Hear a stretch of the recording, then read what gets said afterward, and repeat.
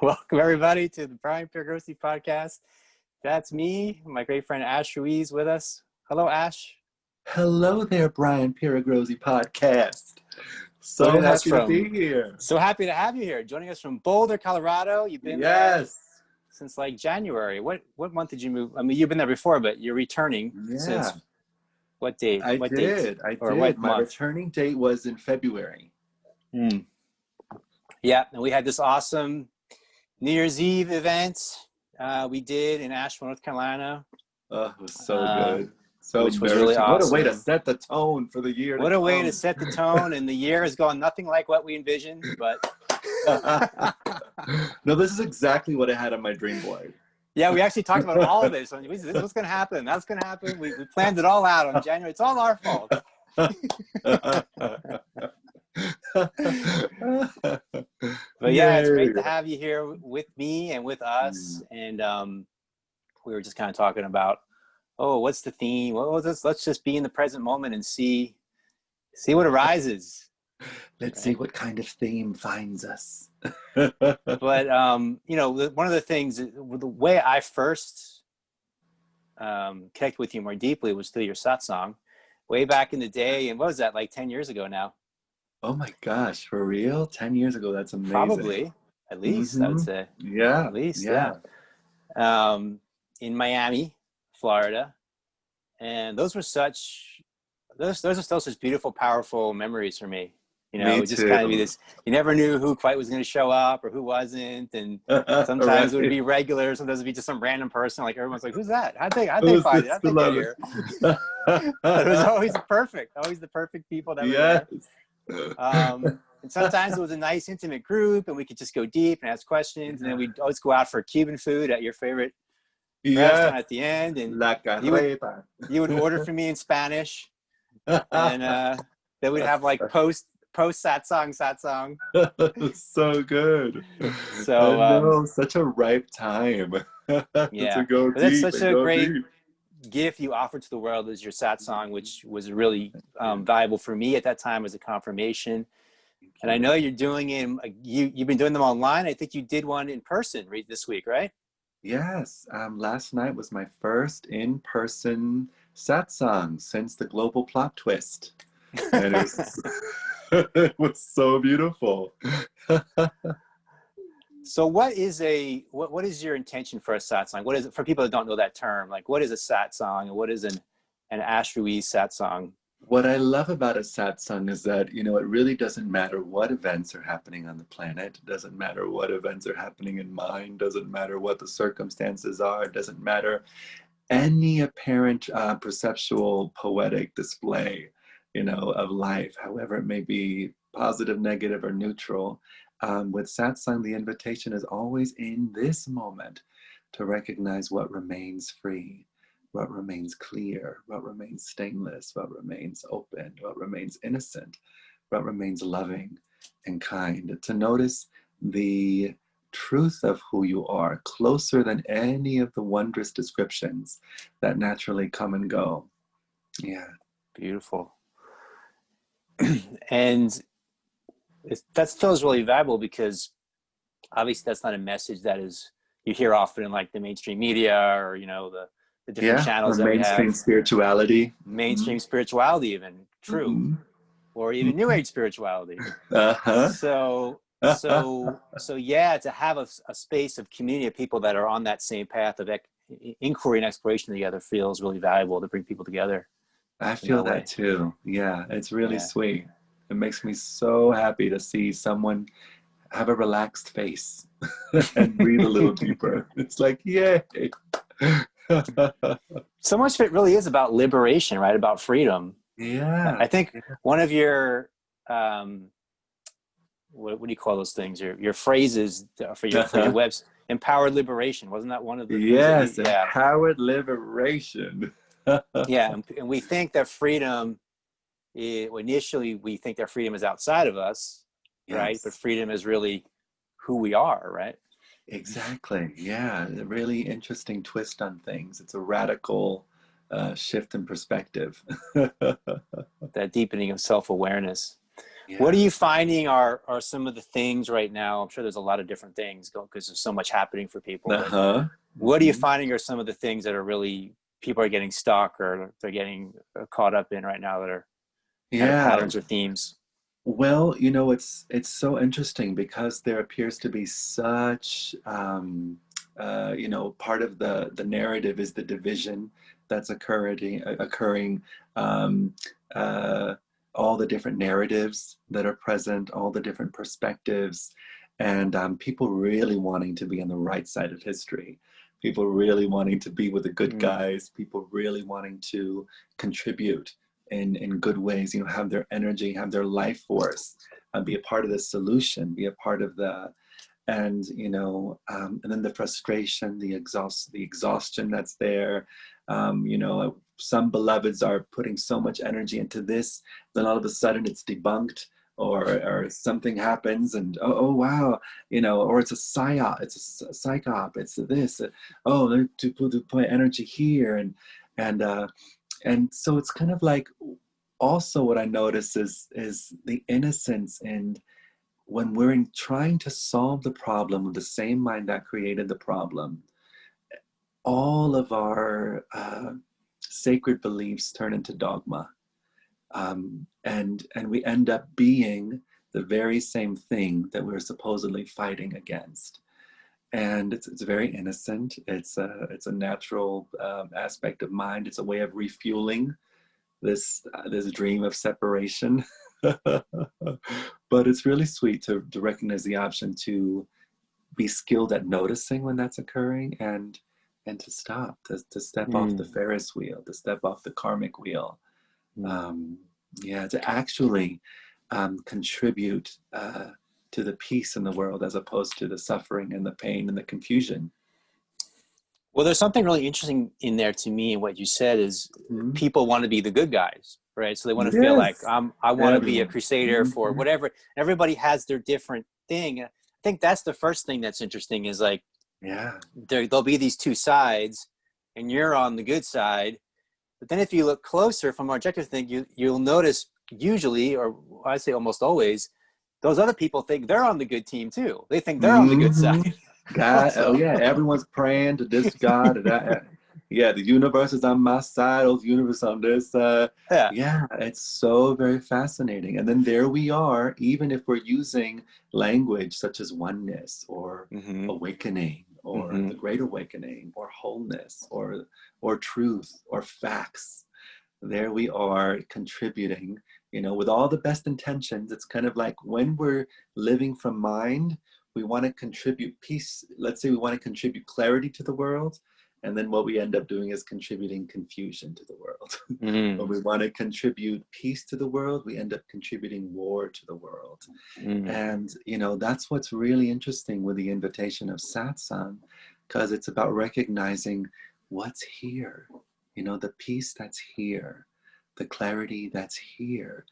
Maybe you don't need to contribute peace to the world. Maybe you don't need to contribute clarity to the world. Maybe in your willingness to recognize and to stop being engaged in the suffering and the confusion and the fear, that you're automatically serving this whole planet with your presence, with your rest. So you can get, let's take peace. So you can get attached to a belief about what's going to bring peace, and try to force that into being, or push that into the world, or make people believe it. And we're actually, without realizing it, creating psychological violence. Right? We're actually living as that violence. As opposed to recognizing the peace that's here and sort of embodying that, or bringing that awareness, being a light for that awareness to come into the world. Another way of saying it is being an available space for a solution that isn't bound to the past, to have a chance to blossom, have a chance to sprout and come through. Not being bound to the past, that's huge. I mean, that's what is it like to not It's a funny question, but what is it like to not be bound to the past? Go wherever you want with that. Oh, baby, baby, baby. Salt and pepper comes to mind. Yeah, to not be bound to the past. I mean, my goodness, what a relief. I love how Byron Katie says, you know, the best thing about the past is that it's over. It's over. And what I really love about it is that, you know, it's kind of like what we love about art and music and creativity and, you know, being in the flow and you know, it's like with art and music and creativity and dance, and it's like being present. And you have artists talking about that space of when I'm painting, nobody's there, hours go by. When I'm in this recording studio, when I'm writing a song, you know, I don't even know. It's like you're out of the way. And because you're out of the way, you know, you're available for, you know, the inexhaustible creative force that is this universe, that is this love, to just use every part of you. Nothing is wasted. Every part of your intellect, every part of your being, every part of your experience. And it's really sweet. You know, it's kind of like we're shifting from relying on the known to relying on an unknown intelligence, an open space.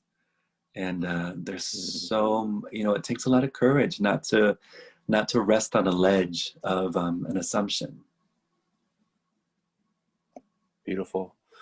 And you can, it's like you're aware, you can have, if I say, you know, what happened on New Year's Day?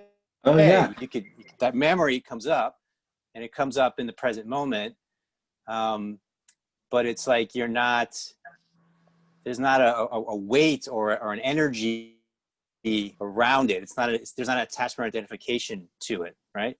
So beautifully put. Yeah. It's like you're free to actually enjoy the past. You're free to actually enjoy the story. You're free to actually enjoy, you know, this perceptual poetry, this dynamic display of consciousness, and meet it spaciously, you know? And you're free to have opinions, and you're free to have a sense of I'm feeling, you know, this side, I'm feeling this element, I'm feeling, but you're meeting it spaciously, where it doesn't where you're not dehumanizing anyone that doesn't see the way you see it. Mm-hmm. Yeah, let's talk about that. That feels really important. Yeah. So there's like this neutrality, and there's this kind of openness and this availability to the intelligence of the moment.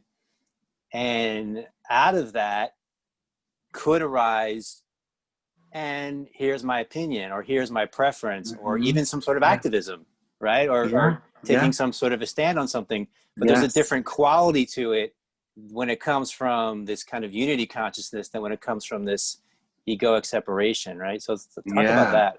Yeah. Well, one thing that comes to mind, you know, it's a little bit of an extreme example, but I heard this beautiful story about a Tibetan monk that was captured by the Chinese government many, many years ago, was put in jail, solitary confinement for 20 years. And every day he was beaten. And when he was finally released, he was in an audience with the Dalai Lama. And the Dalai Lama asked him, what was the most challenging part of that experience? And this Tibetan monk said, the most challenging part was noticing when I was about to lose compassion for the Chinese, my compassion for the Chinese. And so the option of recognizing and valuing compassion and valuing human life and valuing over, you know, these ideas of what we think is best, of what we think should happen, of what we think shouldn't happen, where we think the problem is, or who the new devil is, who the new demon is, who the new savior is, who the new Jesus is. Yeah, really powerful option to hold all of that spaciously. Yeah. And being able to when it feels like it's innate inside you to take a stand for something or to speak out for something, like how do you do that without making the other, whoever the other is, you know, and like for example, I saw there was a point where you were making some statements about police brutality and racial equality and things like that. Yes. And it got a little contentious on your platform for a while, which isn't normal. So I'm sure that was kind of surprising for people. So yeah, talk about that. Yeah, I would love to speak about it. It's so very good. Yeah. So it's noticing, you know, here we are in this experience, and you know, if something resonates, to speak about. It's so nice to be willing to be wrong. It's so nice to be willing to make a mistake. It's so nice to be willing to be rejected or willing to be judged. You know, from that space, it's like we get to actually have an authentic voice. And also I think it's really in that willing to be wrong, you get to hold whatever the thought, whatever the movement is, spaciously. It doesn't have to be this solid thing, you know. And in that spaciousness, what's present is also curiosity, and what's also present is reverence and respect. You know, it's like, oh, I'm so curious. It's like, what a gift that we have all of these authentic viewpoints. You know, how do you see it? You know, how do you and your sovereign God, unique emanation of life, how do you see this? And then it's also fun, how solidly do you see this? And it's so very interesting. Yeah. It's been super fascinating this year because I feel like generally everybody in our community has kind of seen things pretty much the same way. We just kind of the simplistic understanding of how we see the world, you know, politically, socially, culturally. I feel like that's all just got blown up this year. Like that all just like now everybody's fighting with everybody. There's all these factions and divisions, and it's so fascinating. A, B, C, D, E, F, G, H, I, J, K, L, M, N, P, Q, R, S, T, U, V, W, X, Y, Z. Yeah. So yeah. So, but it feels like to me, what you're saying is exactly what I'm seeing too, is like, you know, here's my perspective, and I'm really interested because, you know, right now it's like this polarization of like, see it the way I see it, or you're evil and you're a monster and you're, you know, I hate you, and you know, but here's my perspective, and I'm really interested and curious in your perspective and where you're coming from, and you know, how do you see things? And because you're an aspect of me, so you're just another angle, a point of view from me, and I can expand my consciousness through getting your perspective on how you see it, and like having more of kind of like, and it's hard to do through social media, which is mostly with the lockdowns, and that's how we've been communicating. Mostly in person is so much easier, better. But encouraging that kind of like, you know, kind of curiosity and dialogue, and you know, that feels like that's the way forward. To consider, you know, the possibility that each of us hold a piece of the puzzle. You know, to consider the possibility that each of us are part of this, the not just the problem, but also part of the solution. I think a lot of the anger, because there's been a lot of anger, a lot of, you know, outrage and so forth. And I'm thinking on it right now, and I think it's like people feel like they're not heard, or their perspective is not important, or it's not being valued. You know? Yes. That's hopeless. I mean, just in the sense of, you know, when we look at like the basic assumptions from which we kind of operate our experience of relationship and self-worth and our place in the world, and, you know, ideas like I need to be understood, or I need to be seen, I need to be heard, and then, you know, if it appears that that's not happening, you know, we feel victimized, and when we feel like a victim, you know, there's nothing more violent, as Byron Katie says, which I think is really really true. And it's so very interesting, because all of a sudden someone's face changes in an instant, or their words change in an instant, and they don't even notice that they're being the same energy that they're fighting against, the same energy that they are condemning. And that's just an overlooking of the option of to actually embody and come from a space of love, and come from a space of light, and come from a space of freedom. Yeah. Totally. So I think one of the things interesting too, which is a fine line that I intend to walk, is having compassion for somebody when they're moving through something without keeping them stuck in a victimization role, right? It feels like that's a really important thing. That's because a lot of that energy right now, people want to be in the victim thing, but at the same time, they're hurting or they're in some kind of a pain. So how do we acknowledge what they're without keeping them stuck in that role? Yeah, it's so interesting. One thing that's really fun, it's so powerful when we, the gift of taking the time to be with oneself, the gift of taking the time for meditation, in meditation, we're not just getting familiar with our nature as stable, vast, immediate presence, but we're also getting familiar to some degree with the nature of mind and mind's self-releasing quality, emotion self-releasing quality, perception phenomena self-releasing quality. And it's kind of like to the degree that we're more able to recognize how solid what is real is, and how self-releasing, that which naturally comes and goes. It is possible to be in the presence of someone while noticing the truth, and then being curious to see what's going to come through. It's kind of like we get to rely on the intelligence, the spontaneous intelligence of the moment. It's like, because we could say, oh, this is good, this is good, this is good, but who knows what's appropriate in that moment? Maybe like a clap right in somebody's face, or you start singing an Elvis song. That's just the thing. Or the ABCs. Or the ABCs. or start doing a dance.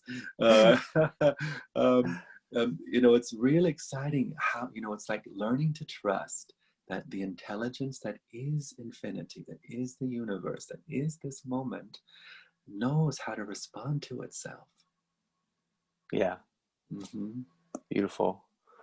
How about I've been thinking in relation to what you're pointing at, humor, right? Like humor.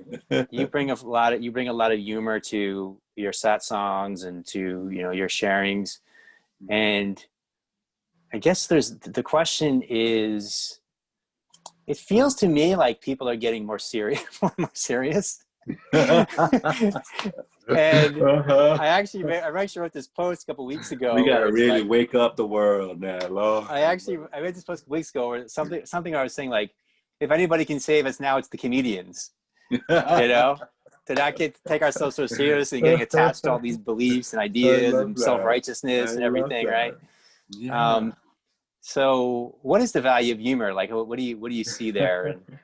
Well, right. I mean, it's like when we're laughing, there's no one present. There's no thought present. There's no mind present. It's really like a glitch in the matrix. It's really, it's the open ha. and it's so powerful. And I love the way you just put it, and we've all heard it to some degree, and in some, different books or different, art at Home Goods or whatnot, not having to take things so seriously, not having to take our mind so seriously, not having to take our beliefs, and having to take our idea of what's best for the world. It's like, it's one thing that I find really fascinating. We can recognize the space of peace, and then like, okay, yeah, that's great, but I gotta save the world. I gotta save the world. I gotta do this. I gotta do that. I gotta change my family's minds. I gotta change the world's minds. I gotta post this. I gotta, and just what we're doing is contributing to confusion, contributing to suffering innocently. We do better when we know better. But it'd be really, really, really sweet for beloveds to recognize that they have the option to rest as full on peace right now, even before the world wakes up, even before the point of view of a 5D universe appears in what is always stable, awareness itself, or the point of view of a 13D world, or whatever the idea of heaven is. You know, that's but a thought appearing now. Where is it ever going to appear? Now. Beautiful. Let's talk about something else that's happening a lot right now, which is conspiracy theories. Oh, I love conspiracy theories. Me too. They're so crunchy. We don't need to get into like specific details unless you want to. Yeah. I'm more interested in like the idea. Conspiracy theory is a story. Yeah. Right. But then what we're given by the media is also a story. Yeah. Right. So it seems like people can get attached and identify to either story, not recognizing that they're both stories. Right. Yeah. Yeah. But then another thing I would say is, and we are running stories in our mind, right? Yeah. It's just a matter of not getting attached and identified as this is the absolute truth. Right. So anywhere you want to go with any of that, what are you seeing as far as this realm? Because it's just really prevalent right now, It is so prevalent. And what's really interesting is that it's really prevalent, especially if there isn't a basis, an understanding of what, let's say the basic space of reality is. When we don't recognize the stability that is this aware moment, and don't recognize the stability to be who we are, we're so easily swept up in all these different points of view and all these different stories and all these different ideas, and we're constantly looking for a safe place to land on, and usually we land on quicksand over and over again, because a story is going to have a beginning, a middle, and an end, and it's not going to capture the complexity and the totality of the wild, untamed life emerging and blossoming as itself that we're experiencing right now. And so, gosh, it can be so scary. And then that's why we feel like we need to protect that ledge, that story, that space of comfort, that mythology that's going to lead us into the promised land, that religion, that sacred belief. We need to protect it with all of our might. And so much gets overlooked when we're in that space. And we're not engaged in critical thinking. We're not coming from a place of innate wisdom. We're not valuing love. We're not valuing the sacred sovereignty of every being in the cosmos, every being on the planet. We're just caught up in our story, and then that's where the true conspiracy theory is this idea of you and your life, you and your survival, and what everything is in relationship to that is. It's so very wondrous. And one moment, even with all the apparent things happening, in one honest moment of rest. So an honest moment of rest is a second of just taking a micro dose of reality, a second of not having to know anything, like not have to know that you're a person for a second. The next second, be a person. You not have to know that you're on a planet. The next second, be on a planet. Not have to know that you're in a universe. Not have to know that there's something called ignorance or enlightenment or awakening. Like really, truly not have to know anything. And see in your own direct experience what's present in that space. Beautiful. Yeah. I think what's interesting about conspiracy, I think there's a few things that are interesting about it. Because you and I will talk about fun stuff like aliens and Bigfoot, and we talk about all kinds of stuff. I love Bigfoot. I love. So first of all, it's just fun. It's fun. Yes. As long as you know it's fun. You're not taking it too literally, So there's that, and then there's kind of getting caught in conspiracy theory and thinking the theory is truth when it's actually just a theory, Yeah. And then also, I just want to say one other thing. There are actual conspiracies that actually do happen, and it's good to notice them and be aware of them, and So there's kind of there's a lot going on there. Where I feel people get tripped up is in this idea that something outside of oneself, whether it be the unfolding of something, the revelation of something, the undoing of something, the awakening of something, that something outside of ourselves has a say over the well-being of our present moment. Right. You know, has something to do with peace, has something to do with freedom. And that's just not true, you know? And because we rely so much on these stories, rely so much on these narratives, rely so much on these images and these ideals and these interpretations and these hopes and these wishes and these prophecies, we overlook very innocently the total well-being. In this moment, the war is over. In this moment, the fear is over. In this moment, the pain is over. In this moment, the suffering is over. In this moment, you know? And so it's so very interesting, you know, because there's all these stories from all these other stories and all these, and told from all these different reference points. And it just does not, you know, it does a disservice. It ends up just being another way for separation to continue to justify its existence. Another way for mind to continue to fuel its belief in fragmentation. And the wholeness gets overlooked. So it's like we have this huge allegiance to false problems.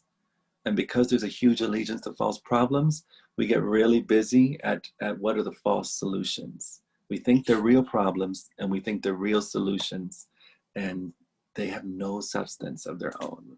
And in the absolute essence, there is no problem, correct? And no problem. No atom at a place, no thought at a place, no body at a place. I was looking at problems. I actually kind of saw the angle through crossword puzzles. Oh, I love this. Like, it was like, oh, we like problems. We like to have problems. We like to try to solve problems. It's like a game we create. Mind loves problems. You know, the video game where you're trying to get from level 1 to level 2, you know? Yeah, they're so fun. They're so adventurous. They're so exciting. They're so thrilling. And it's like, but it's only fun if we recognize that it's a game we're choosing to play for fun, right? Otherwise, it's not.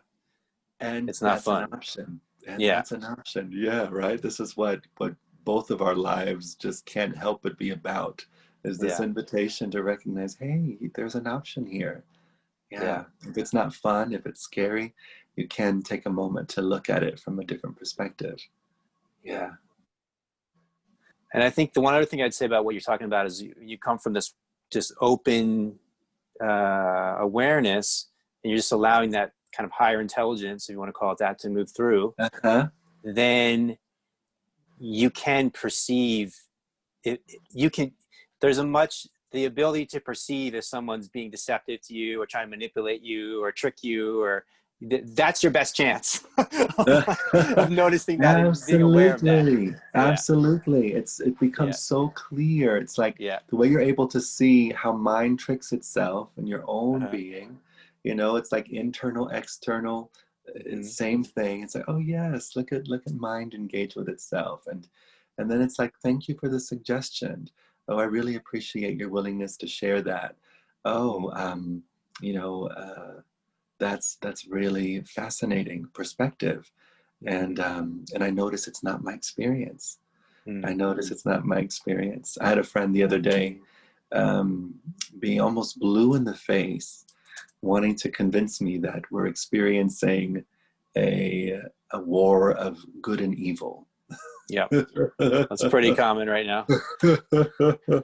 I mean, I had such compassion for this beloved because I could see that they really wanted me to agree that that's what's happening right now, is that there's a war of the dark and the light. And of course, you know, once that is acknowledged and once that is agreed with, then it's like, what side are you going to be on?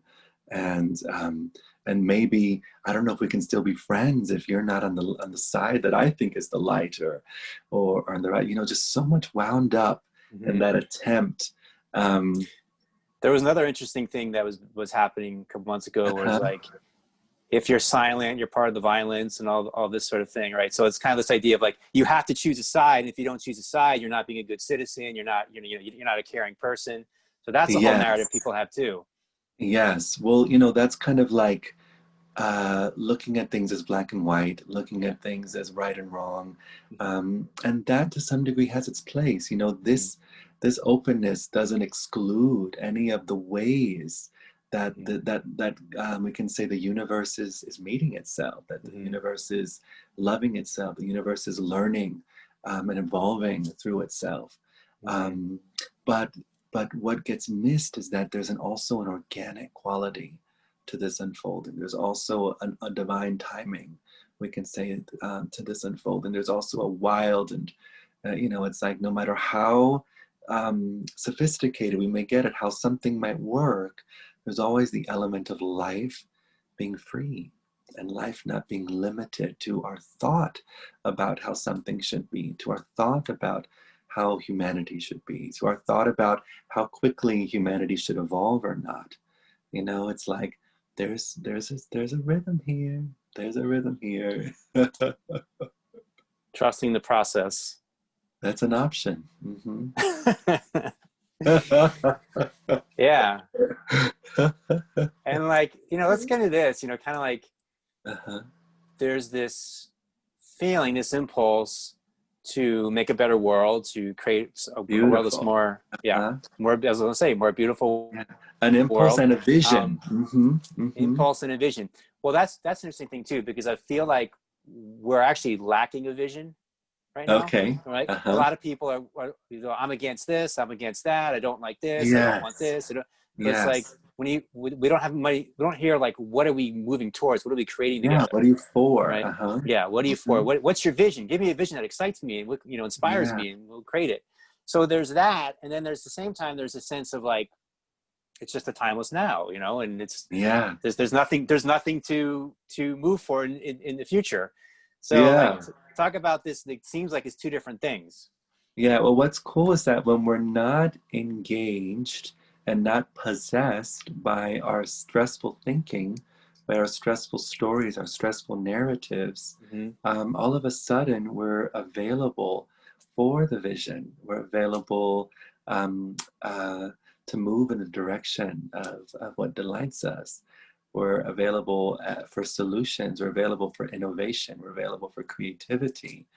And that's what's really sweet about recognizing the already established. Am I still here? Did I disappear? Sorry, that was a battery notification. We're here. Yay, batteries! The already established peace and freedom of the moment. It's like, heaven's here, and how does it want to unfold? Heaven is here, and how does it want to come through? Peace is here, and how does it want to express itself? How does it want to garden?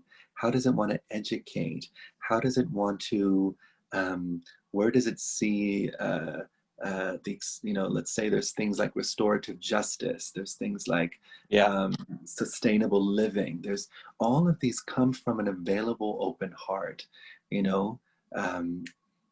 not limited and not demonizing the world of the past. When we're caught up in demonizing the world of the past, and we're caught up in and hating, the way things have been done, we're just all of a sudden turning into that same thing. We're being that same energy, with all the righteousness we can muster. But yet again, we're overlooking the option to be the available resource, to be the this phrase came into my consciousness. I think sums it up. I love it. I wrote it down, if I can read it. Create the vision of the future out of the fullness of now. Beautifully put. Create the vision of the future out of the fullness of now. That's exactly what I say. Maybe that's the title of this. High five. That is. I love you, Sal. That's so sweet. You too. Yeah. Anything else you want to share that feels like it's would be valuable to want to come through in this moment? Yeah. I can share a little piece of a new song I wrote. Okay. I've talked a lot. Let me just sing something. Mm-hmm. Yeah, go for it. Let's see. I'll just sing the verse and the chorus of this song. It says, "We've been through some fucked up situations, journey through some tangled webs, barbed wire fences adorned with pieces of where our hearts have torn. Our eyes have seen some twisted faces. Our ears have heard some angry roars. Our feet kept searching. Our souls kept yearning for solid ground restored. For solid ground once more. Somewhere deep inside we know we stand as tall as the kindest tree in the forest, the one that serves as home for big and small, whom we adore and whom adore us. It's like we've always known that something vital was on. It's like we've always known that something vital was on. Somewhere deep inside, we know that who we are is love, is love, love. Somewhere deep inside, we know that who we are is love. Thank you for that. You're welcome. Thank you. How can people plug more into what you're doing in the world? They can go find me on Facebook or Instagram or TikTok. Ash Ruiz. You're on TikTok now too? I am. Oh, it's so funny. Cool. What a That's great. it's like, okay, well, what's the universe saying to itself right now? so fascinating. All these vignettes of the moment. Let's see. Illusion Slicer on Instagram. You can go to my website, ashruiz.com. And you can see the different things that I'm doing, whether it's satsangs or online groups that I've been doing. And if you're curious about some mentorship, that's also an option. Yeah. And are you doing satsang like a regular time, or is it just kind of whenever it happens? On the Facebook, they're always spontaneous when I do Facebook Lives. Sometimes at like 2 a.m, sometimes at 4 p.m. Sometimes I'm all dressed up. Sometimes I'm just like this. But I'm going to be doing the Monday in-person live stream satsangs every Monday at 7 p.m. here in Boulder. Yeah. Great. All right. Thank you, Sal, for being here. You're welcome, Sal. So wonderful to talk to you and see you. Thanks, everybody. Bye, beloveds.